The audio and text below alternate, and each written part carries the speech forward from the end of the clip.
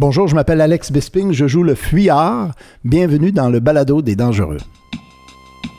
On sort de 2002, un film québécois peu fameux, puis on parle aux gens qui étaient dedans. On retourne en 2002, l'année où il y avait le Pepsi bleu, c'est le balado des dangereux. Public de l'Internet, bienvenue à ce nouvel épisode du Balado des Dangereux. Après une incroyable pause de 5 ans, tu sais, j'en reviens pas qu'il s'est passé 5 ans, puis on réussit à avoir encore du monde. Et je vous dis bienvenue encore une fois, puis merci d'être encore à l'écoute, puis surtout, merci de m'écrire, parce que je reçois encore des commentaires de gens qui prennent la peine de venir sur Facebook, de m'envoyer un message, puis de me parler d'à quel point mon balado est bon. Ça me fait toujours chaud au cœur. Et j'ai même des gens qui ont pas assez d'anecdotes pour faire le balado, qui m'envoient des petites informations on the side, des petits fun facts sur le film. Comme vous avez pu voir sur la page Facebook récemment, j'ai mis des photos de quelqu'un qui fait des décalques de voitures, et c'est lui qui a fait tous les voitures du film Les Dangereux et m'a envoyé des photos justement de tout ça. C'est incroyable. Je pense que c'est Bud Stickers. Je veux te remercier. Et avant de commencer l'entrevue, j'aimerais ça faire une petite demande. J'en fais jamais. J'aimerais ça que si vous avez écouté le film Les Dangereux, que sur IMDb, si vous avez aimé ça, vous avez trouvé ça pas si pire, j'aimerais ça essayer de monter la cote du film, est à 3.9. J'aimerais ça au moins la monter à 4. Il me semble que ce serait drôle, 4 sur 5, sur 10. Ça serait, je pense que ça serait une bonne chose. Sur ce, on commence le balado avec Alex Bisping. Allô Alex, comment ça va? Salut, je te regarde faire l'introduction, puis je viens de me rappeler pourquoi j'ai dit oui à faire ce balado, parce que t'es vraiment très sympathique. Il y a un pétillement dans ton regard, puis une énergie que, pour moi, est irrésistible. Hey, ben merci, écoute, je sais pas comment prendre ça me fait rougir, je vais être honnête. Je voulais savoir, quand j'ai pris contact avec toi, ça t'a-tu pris par surprise? Oui, j'ai dit, qui est cet hurluberlu de tous les films québécois? Pourquoi celui-là? Je ne comprends pas.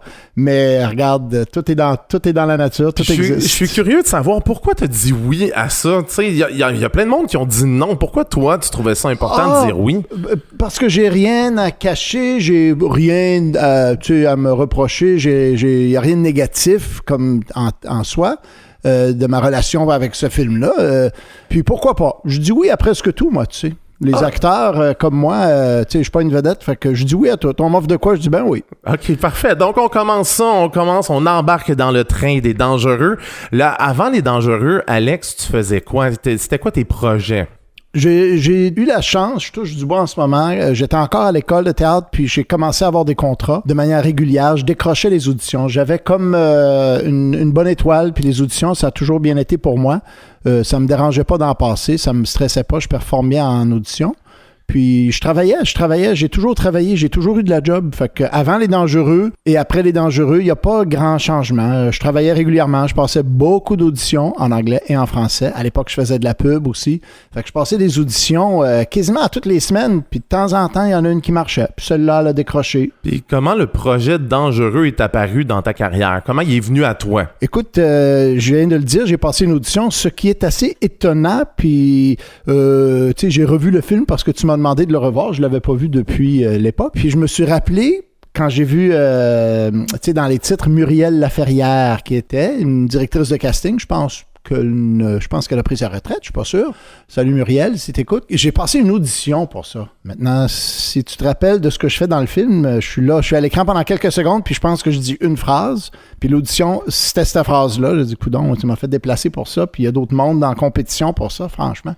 Une audition pour dire, je me rappelle même plus ce que j'ai dit, là, mais il s'excuse d'avoir volé le sac, là. Bref, j'ai passé une audition, puis je l'ai décroché. Puis, est-ce que c'était écrit dans ton audition que tu allais devoir, dans le fond, que dans le sac, il allait avoir des vibrateurs? Moi, ça m'intrigue. Oui, okay, parce que c'est la scène du film. Quand il t'envoie une audition comme ça, tu reçois la scène du film telle quelle, avec les didascalies étant la description de ce qui se passe, là.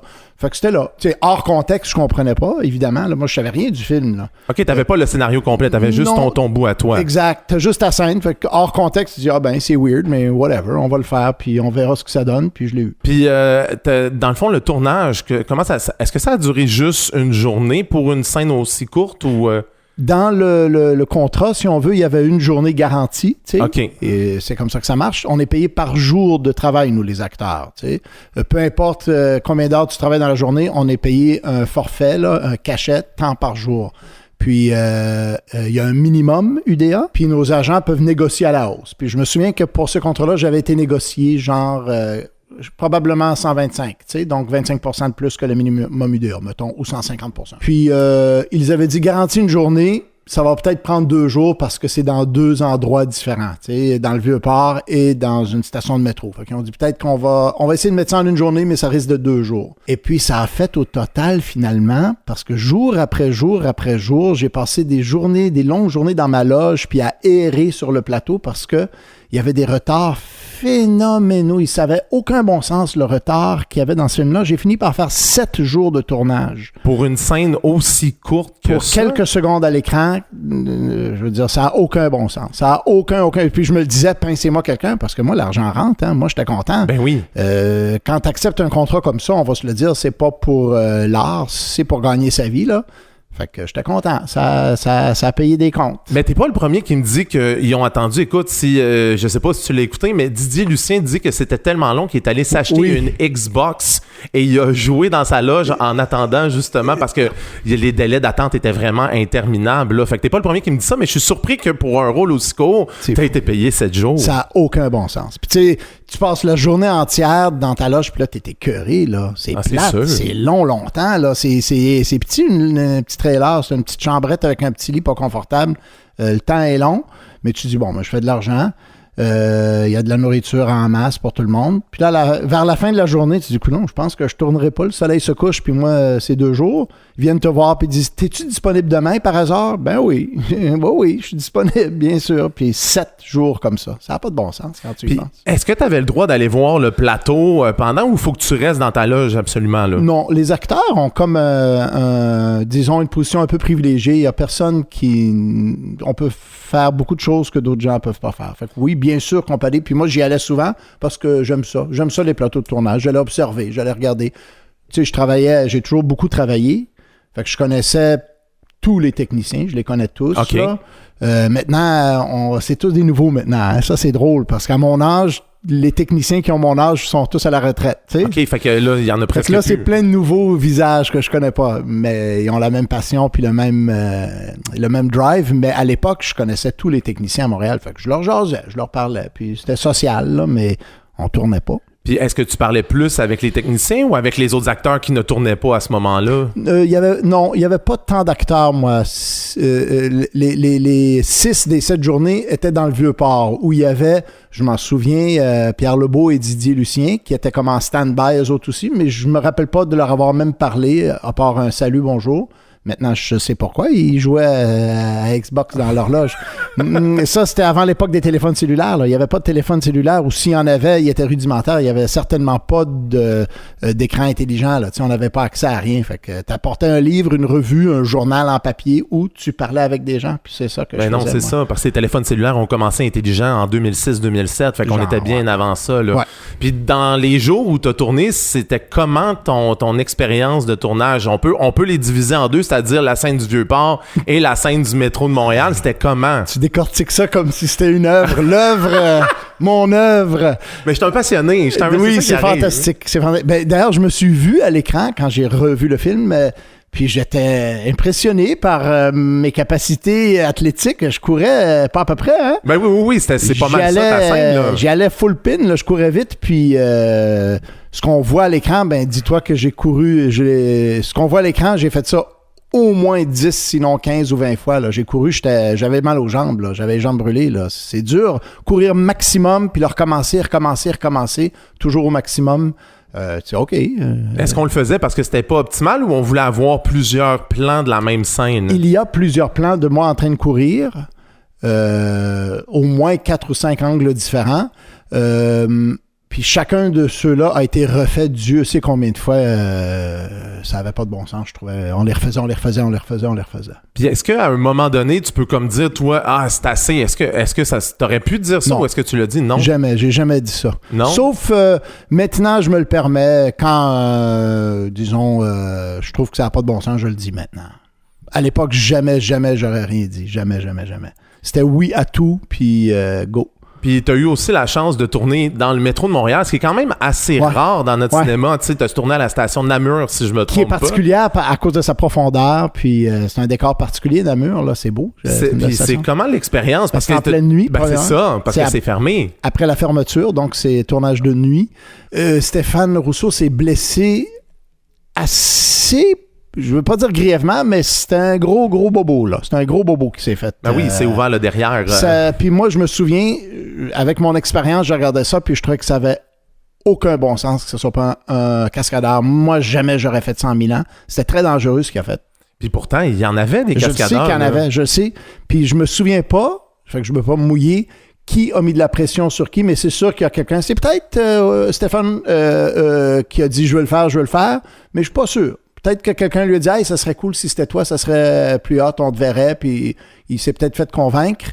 Mais tu sais, les petites... il y a comme des petits cônes en acier inoxydable sur cette rampe, sur cette glissade-là, pour empêcher les gens de glisser. Ça, c'est là dans la vraie vie. Et j'ai appris, sur ce plateau-là, je m'en rappelle, que ces petits cônes-là sont vissés. Fait que ce qui reste, c'est un petit stud qui fait peut-être un quart de pouce, 1 centimètre de long, avec des filets, donc sur lesquels on visse. Puis qui dit vis en acier, ben c'est assez coupant, là. Fait qu'ils en ont fabriqué en mousse ou en caoutchouc ou en plastique pour les recouvrir, pour que ça ait l'air de la vraie affaire, mais ils ont enlevé les vrais cônes en métal, se disant on va protéger la personne qui va glisser. Mais à force de le refaire, ça descend longtemps.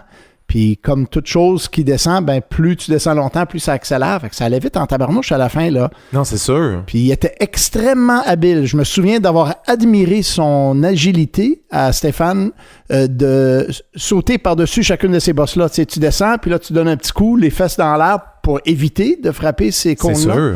Puis ben, à un moment donné, à la énième prise, il a fait une petite erreur, puis écoute, il est tombé, puis la vis lui a déchiré une fesse, puis tu sais, on savait pas trop ce qui se passait. Moi, j'ai vu les pantalons déchirés, mais je l'ai vu après avec un médic, là, tu sais, les personnes qui s'occupent de la santé, puis tu sais, c'est privé. Fait qu'ils sont allés se retirer dans un coin du métro, mais j'ai vu, moi, il y avait du sang à tabarnouche, puis le médic que je connaissais, parce que je l'avais côtoyé sur d'autres plateaux, par la suite, m'a donné un regard qui voulait dire « Et tabarnouche, c'est très profond, c'est une grosse coupure. » Puis est-ce que le plateau a été arrêté pendant un bon moment? Pas trop longtemps. Non, c'est surprenant pareil. Pas trop longtemps. Stéphane Rousseau, c'était, si on retourne dans le Vieux-Port, là, la scène de la course, la première journée, c'était dans ce temps-ci de l'année, là, c'était au printemps, si je me rappelle bien. Le matin, on est là-bas, dans le Vieux-Port, dans les stationnements, là, puis on se prépare pour tourner la scène. Puis lui, il vient vers moi, il se présente. Je me présente à lui. Bonjour, on a une scène ensemble. OK, on a compris ça. Puis là, on parle avec d'autres gens, la maquilleuse, le micro, etc., etc. Puis là, il me regarde. Peu de temps avant que ça commence, il me regarde. Puis avec un sourire un peu gêné, puis un petit peu nerveux, il me dit « C'est ma première scène. » Fait que moi, je dis dans le tournage, OK, ouais.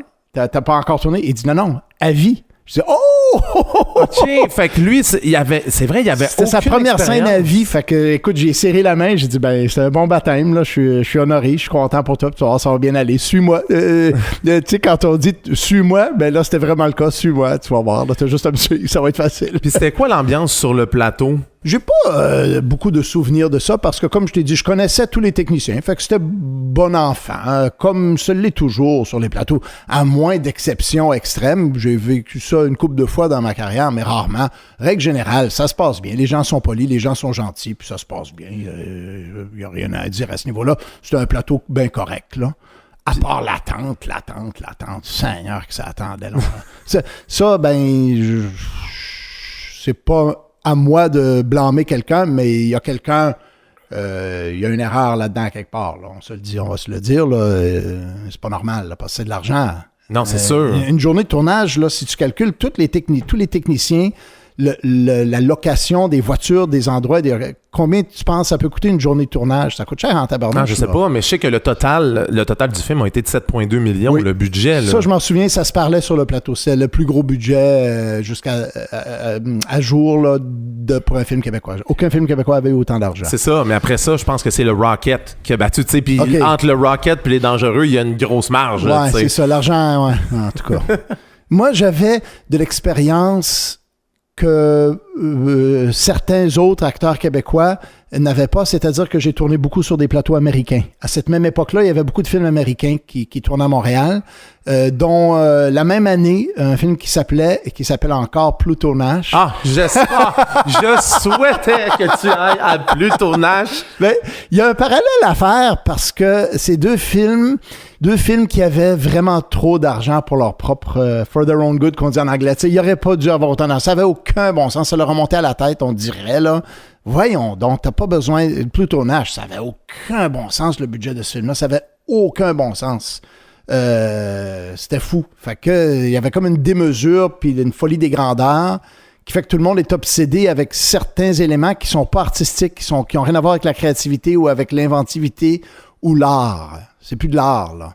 Fait que c'est rare. Mais c'est un peu comme les Dangereux. On avait aussi une ambition de vouloir montrer Montréal comme on ne l'avait jamais vu. Parce que je me souviens dans d'autres entrevues que j'ai eues, on était supposé tourner à la ronde. On voulait montrer ce que Montréal avait à offrir de plus beau. Puis essayer aussi un autre genre on faisait pas au Québec, c'est-à-dire un film à l'américaine. On a tenté quelque chose.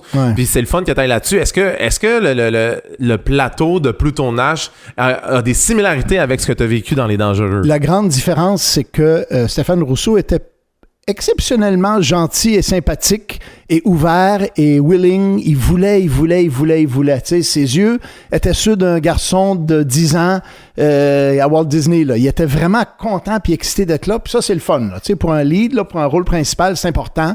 Ça a un effet sur toutes les troupes. Tout le monde a le goût, tu sais, d'embarquer avec lui.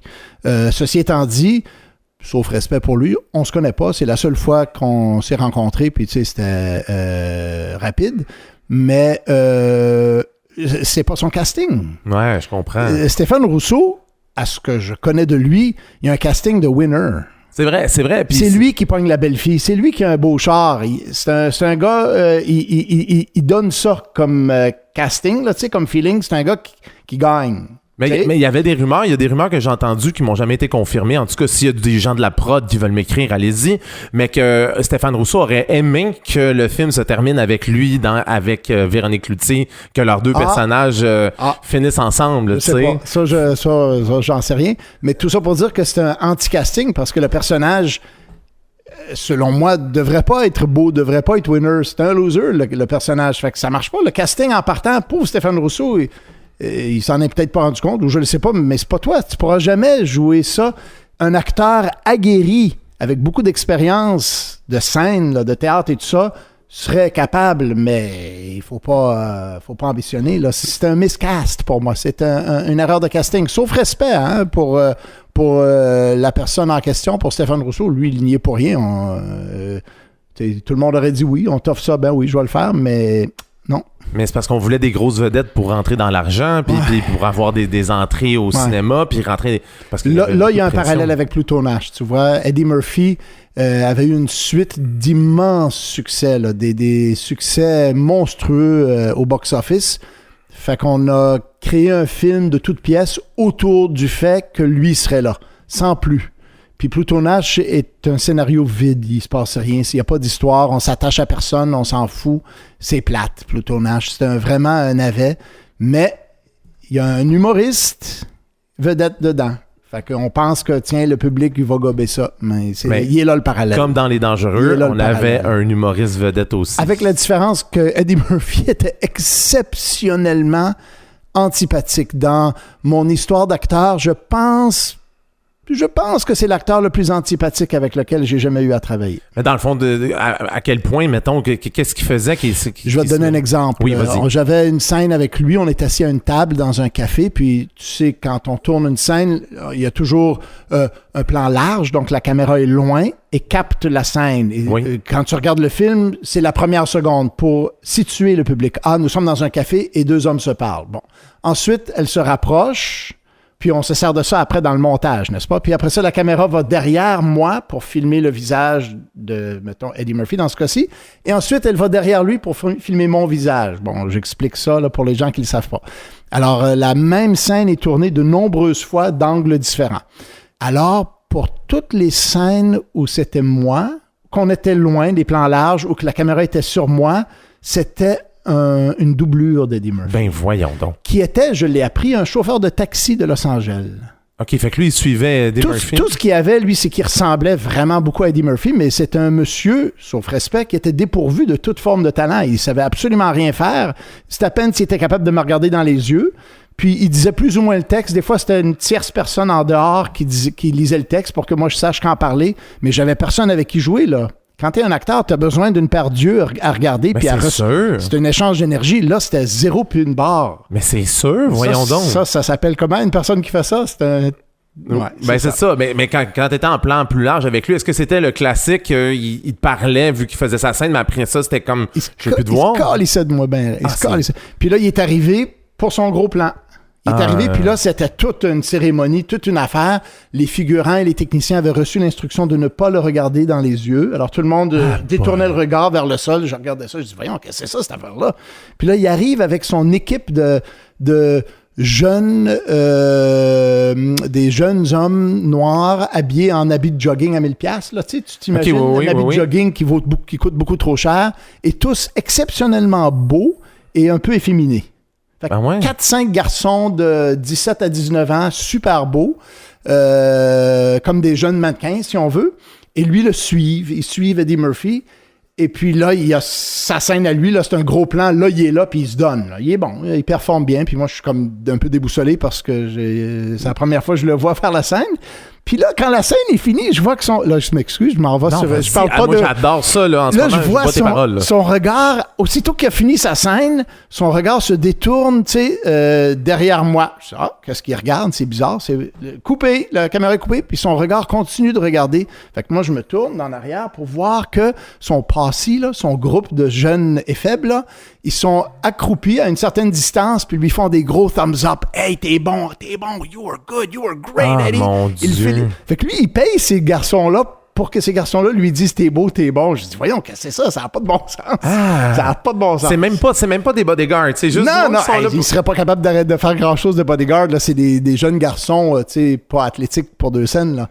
Mais ouais, c'est ça. Ça, c'est weird. Puis ça m'a laissé vraiment un mauvais goût dans la bouche. J'ai dit « Qu'est-ce que c'est ça? » Méchante bébite. Fait que ça, tu sais, ça n'a rien à voir avec les dangereux, mais... ça a à voir avec quand il y a trop d'argent puis que ça te monte à la tête puis tu penses que tu peux remplacer le talent avec de l'argent. Ça marche pas. À un moment donné, le public va dire non, là, quand c'est pas bon, c'est pas bon.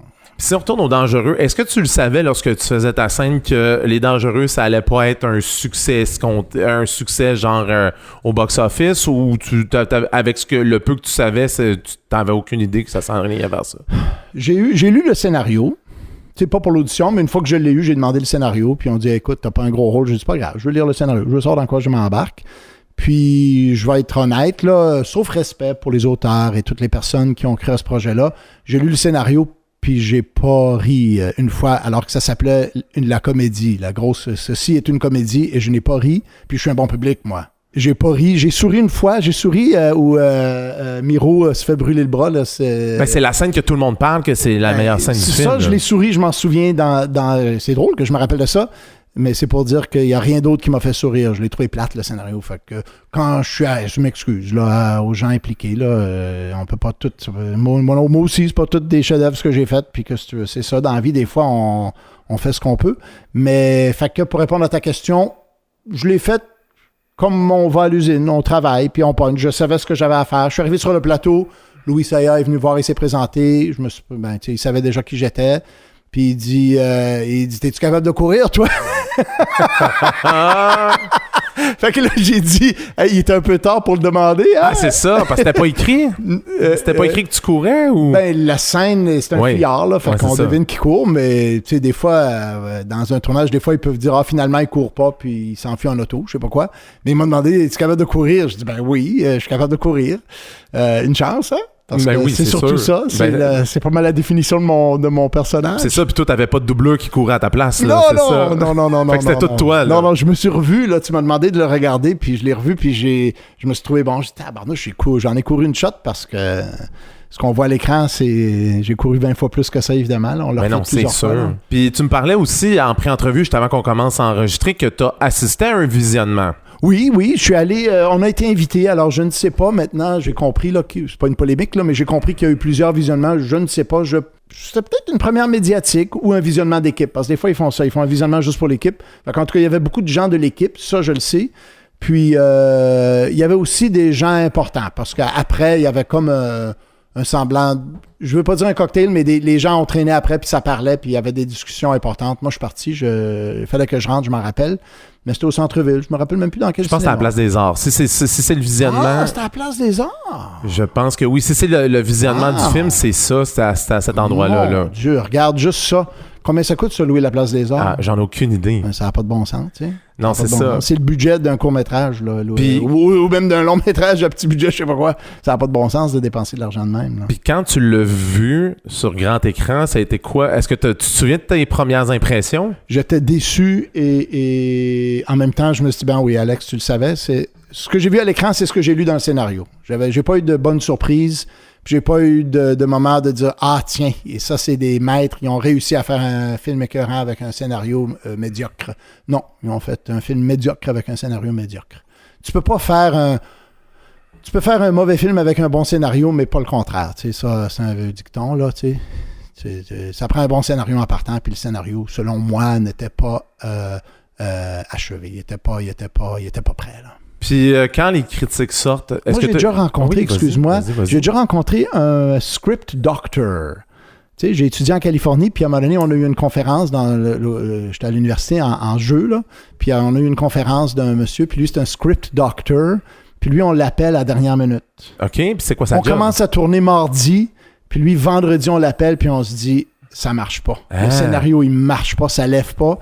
Lui, il passe 3 jours et 3 nuits sans dormir à régler ça. Il charge 250 000 $ par jour. Ça, c'est en 1998. Aïe. Puis il t'arrive puis il dit, tiens, ton film, il est réparé. Script doctor, tu sais, un génie, là. Un gars qui il lit le scénario puis il te le répare. En tout cas, bon, c'est pas pour dire que ça marche à chaque fois. Mais lui, il nous avait dit, pourquoi je raconte ça, c'est que lui nous avait dit qu'en règle générale, un scénario, un film, c'est réécrit une dizaine de fois. T'écris un scénario, tu te dis, il est complété, il est bon, tout est là. Tu le fais lire à d'autres mondes, tu le laisses dormir un mois, tu le relis. Oh non, il n'est pas si bon que ça, je vais le réécrire. 10 fois, ça c'est normal, 10 fois. Fait que le scénario des Dangereux n'a pas été réécrit 10 fois, je suis sûr. T'es pas mal sûr. Ouais, je suis sûr qu'il n'a pas été réécrit 10 fois. Ben écoute, on va faire un exercice. Ouais. Tu m'amènes sur le script doctor. Qu'est-ce que selon toi, les Dangereux auraient pu améliorer pour que ce soit potable ou meilleur? Décider est-ce que ceci est un drame ou une comédie, puis y aller à fond dans une des deux, parce que là, c'était pas clair. Puis beaucoup trop de personnages, on ne sait plus à qui s'attacher. Pour que je ressente quelque chose dans une histoire, il faut que je m'attache à la personne à qui arrivent des malheurs. Tu sais, sinon, je m'en fous. Il faut que ça me fasse de la peine il faut que je l'aime pour que quand il lui arrive des malheurs, je suis ému. Tu sais? Puis on s'attache pas à aucun personnage. Moi, je me suis pas attaché à aucun personnage dans ce film-là. Je m'en fous de ce qui lui arrive parce que je m'y suis pas attaché. Puis c'est plein de personnages qui arrivent, puis tu dis, OK, attends un petit peu, c'est le fuyard, le mien. C'est-tu quelqu'un d'important, ça? Faut-tu que je m'accroche? Ah non, c'est rien du tout, c'est pas important. Ah, mais non, il réapparaît. Oh, peut-être que c'est important, je devrais-tu? Puis pendant que je me pose ces questions-là, ben je m'occupe pas du personnage principal ni de l'histoire. Fait qu'il y a beaucoup trop de personnages qui arrivent comme un cheveu sur la soupe. Écoute, ça a fait travailler plein de monde à Montréal, dont oui, moi. C'est sûr. Donc, ça a fait de l'argent. Là, tu sais, l'argent du public a été redistribué chez des gens qui ont travaillé là-dessus. Mais bon, le produit final... Puis quand les critiques sont sorties, comment tu les as trouvées? Je les ai pas lues. Tu les as pas lues? Non, j'ai appris toute cette polémique-là en me préparant pour cette rencontre-ci, c'est-à-dire que j'ai lu un peu, puis tu sais, j'ai écouté d'autres entrevues avec des collègues, puis c'est là que j'ai appris, il y a eu des critiques. À l'époque, vraiment, c'était une job, j'ai punché, j'ai fait ma job, j'ai fait de mon mieux, puis j'ai passé à d'autres choses. Je n'ai pas repensé à ce film-là une seconde là, depuis l'époque. Fait que j'ai appris qu'il y avait des critiques vraiment mauvaises là, que j'ai pas lues, fait que je le sais pas. Mais je peux te dire que si moi, j'avais à écrire une critique à l'époque, elle n'aurait pas été très, très positive. Non, je comprends. Ouais. Moi, j'ai envie de t'entendre sur quelque chose. Depuis le début du balado, il y a comme, pas une rumeur, mais comme quoi les critiques étaient comme jaloux de l'enveloppe à la performance auquel, dans le fond, Richard Goudreau aurait eu à cause des succès des Boys pour l'enveloppe budgétaire pour Les Dangereux. Et qui se seraient ligués entre elles pour descendre le prochain projet suivant les Boys 3 de Richard Goudreau, coûte que coûte. Peu importe ça allait être quoi le projet, il allait être descendu par la critique. Est-ce que tu crois qu'une chose comme ça serait plausible? Ben écoute, c'est plausible, mais moi je pense pas que c'est probable. Là. Je pense pas. Pourquoi? Ben, parce que à un moment donné, tu sais, quand tout le monde dit ça c'est noir, puis toi tu continues de dire que c'est blanc, puis tout le monde dit que c'est noir, ben à un moment donné, c'est peut-être que c'est juste noir, puis c'est tout, tu sais. Ouais, je comprends. C'est peut-être juste vrai ce qu'ils ont dit, je suis désolé, mais c'est peut-être juste vrai, là. Ouais, c'est sûr. Est-ce que tu... Puis jaloux, t'as dit jaloux. Il n'y a pas de jalousie à avoir, là. Ils sont pas dans le même domaine. Mais c'est pas une question de jalousie, c'est plus qu'il aurait aimé ça que ce soit redistribué à des films d'auteur, que ces enveloppes-là à la performance... Ben, avec raison. C'est sûr. C'est l'argent du public, puis il y a plein d'artistes, puis... tu sais, à chaque année, il y a des cinéastes qui se font refuser leur projet. Beaucoup de cinéastes se font refuser leur projet. Bon, c'est normal, là. Il y a la quantité d'argent est limitée. Mais dis-toi qu'il y a des gens qui ont travaillé pendant 4-5 ans sur un scénario cette année-là. Puis c'était souvent des très beaux projets, là. J'en ai vu, moi, des projets qui n'ont pas été acceptés. Je disais, hey, crime, ça aurait été bon, ce film-là. Ça aurait vraiment marché, là. À qui on a dit non. Puis avec 7 millions, il aurait pu faire 2, 3, 4 films. Tu sais, il y a des œuvres qui se sont pas faites pour que celle-ci puisse voir le jour. Fait que, non, je suis désolé, là, mais les critiques, je les ai pas lues, ceci étant dit, là, à moins que c'était vraiment sauvage puis des attaques personnelles, ça, je le sais pas. Mais si j'avais eu à écrire une critique, j'aurais pas eu grand-chose de positif à dire non plus. Puis, est-ce que tu savais que le film a eu une deuxième vie parce qu'il a été vendu dans 17 pays à travers le monde? Je l'ai appris en écoutant tes entrevues, ça c'est drôle. Puis je suis allé voir, parce que tu vantais les mérites de la version anglophone, puis ça a été doublé à Montréal pour ton information. Ah oui, hein? Je sais pas si tu le sais, non, mais je savais pas. Je suis allé voir les noms, puis je les connais tous. C'est tous des acteurs anglophones de Montréal. Ah, c'est cool, oui, ça. La traduction a été faite par mon ami William Holden, qui est un acteur anglophone de Montréal, puis c'est M. Rudder qui a fait la réalisation. C'est un gars qui fait du doublage vers l'anglais à Montréal. Fait que c'est tous des Montréalais. Puis il n'y avait pas beaucoup de voix. Hein. Je sais pas si tu as vu, là, mais en anglais, il y a 7 ou 8 acteurs pour combien de personnages? Fait que, j'avais même pas remarqué ça. Oui, il va voir ça à la fin. Il y a comme 7 ou 8 acteurs qui font les voix pour... Écoute, y a-tu 40 personnages dans Les Dangereux? Mais oui, il y en a beaucoup, là. C'est des acteurs versatiles. Puis je dois dire, si je peux me le permettre, je n'étais pas super content de la voix qu'ils ont choisie pour moi. Je m'en souviens même pas. Faudrait que j'aille l'écouter. Comme ça, c'est poche un peu, là. Ça ne matche pas avec moi, je trouve. Puis j'aurais pu le faire moi-même. Ça m'aurait fait un autre petit contrat. Mais c'est drôle parce que Russell s'est doublé lui-même. Il avait oublié qu'il s'était doublé lui-même dans la version anglaise du film. Ah, c'est drôle. Fait qu'en le réécoutant, il s'est rendu compte que c'était sa propre voix à lui. C'était quand même drôle, là. C'est excellent, ça. Ça, c'est vraiment drôle, ça, qu'il ait oublié. Ceci étant dit, c'est normal qu'il ne m'ait pas appelé parce que je dis une ligne. Fait que tu fais pas déplacer un acteur payé pour une ligne. Ils ont pris quelqu'un qui était déjà là, qui avait fait plusieurs autres voix, puis on dit, peux-tu regarder faire une ligne, change ta voix pour faire une ligne, c'est normal, là. Puis tu sais aussi, il y a eu aussi une version brésilienne du film aussi. En portugais. En portugais, c'est ça. Est-ce que tu l'as écouté, celle-là? Non. Mais c'est encore pire parce que j'ai parlé à des amis qui habitent au Brésil, puis ils disaient que c'est 8 doubleurs qui font tous les doublages de tous les films. Mon Dieu. Donc, ils sont très versatiles au niveau de la voix. Fait que quand tu dis que le doublage anglophone, il n'y a pas beaucoup de monde, imagine le doublage... Au Brésil. Au Brésil, ouais. En Pologne, il y a une tradition extrêmement étrange. Quand c'était sous le régime communiste, il n'y avait pas d'argent. Fait qu'ils achetaient des séries étrangères qu'ils choisissaient avec parcimonie. Puis, c'était pas doublé. T'entends les voix d'origine en sourdine et il y a un lecteur, un homme avec une très belle voix qui lit tous les personnages dans sa voix sans la modifier. Fait que t'as une engueulade entre un homme et une femme, puis là, t'as un enfant qui rentre dans l'engueulade, là, c'est lui qui fait toutes les voix monocordes. Voyons donc. C'est insupportable. C'est tellement affreux. Mais c'est sûr. Puis les Polonais se sont habitués à ça, parce que pendant 50 ans de communisme, c'était ça. Eux autres, ils disent qu'ils aiment bien entendre en sourdine les acteurs d'origine pour comprendre l'intention, mais ils écoutent leurs lecteurs. Ils se sont tellement habitués à ça que parfois, dans certaines instances, ils le font encore aujourd'hui, même s'ils auraient les moyens d'engager des acteurs pour doubler.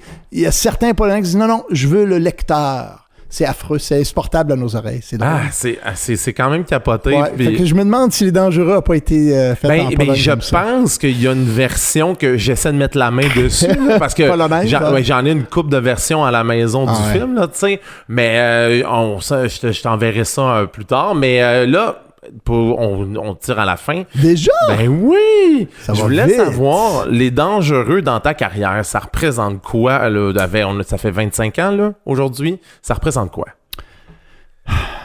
T'es pas obligé d'inventer de quoi. Ça représente rien, dis-le. Ben c'est ça. Ça me fait de la peine de le dire comme ça parce que, écoute, un podcast dédié à la chose, puis tout, ça représente pas grand-chose. C'est un grain de sable pour moi, là, tu sais. J'en ai fait d'autres. Cette année-là, j'avais fait plein de projets, puis je faisais, tu sais, j'étais occupé, puis je le suis encore. Fait plein de petites affaires. Des fois, on a des rôles marquants, puis on s'en rappelle, mais tu sais, la vérité, c'est que dans la carrière d'un acteur, il n'y en a pas tant que ça, des chefs-d'œuvre puis des moments tournants. Souvent, on punch à l'usine, on fait ce qu'on a à faire, on rend la marchandise, mais c'est pas toujours des chefs-d'œuvre, là. Puis ça, c'est le cas. Tu sais, mon seul souvenir, vraiment, c'est que j'ai travaillé 7 jours puis que ça a été super payant. Bon, mais tant mieux pour moi, mais bon, c'est désolé de dire que artistiquement ou tu sais, émotivement, il m'est pas resté grand-chose dessus. Puis si t'avais, mettons, à dire une dernière chose sur Les Dangereux, puis après ça, on tourne la page, on n'en parle plus jamais de ta vie, là. Je te laisse le mot de la fin du balado, tu dirais quoi? Ah, regardez ça, les jeunes. Pour savoir quoi pas faire. Alex Bisping, c'est méchant, c'est méchant. Ben, écoute, c'était bon, mais ça a été un honneur, puis merci de t'être prêté au jeu du balado des Dangereux. Merci à toi. Vous avez écouté le balado des Dangereux, un concept pensé, animé et produit par Marc-André Roy. L'habillage sonore a été réalisé par Dominique Hamel. Pour ne rien manquer des tout derniers développements du balado des Dangereux, rendez-vous sur la page Facebook officielle de l'émission. C'est le balado des Dangereux.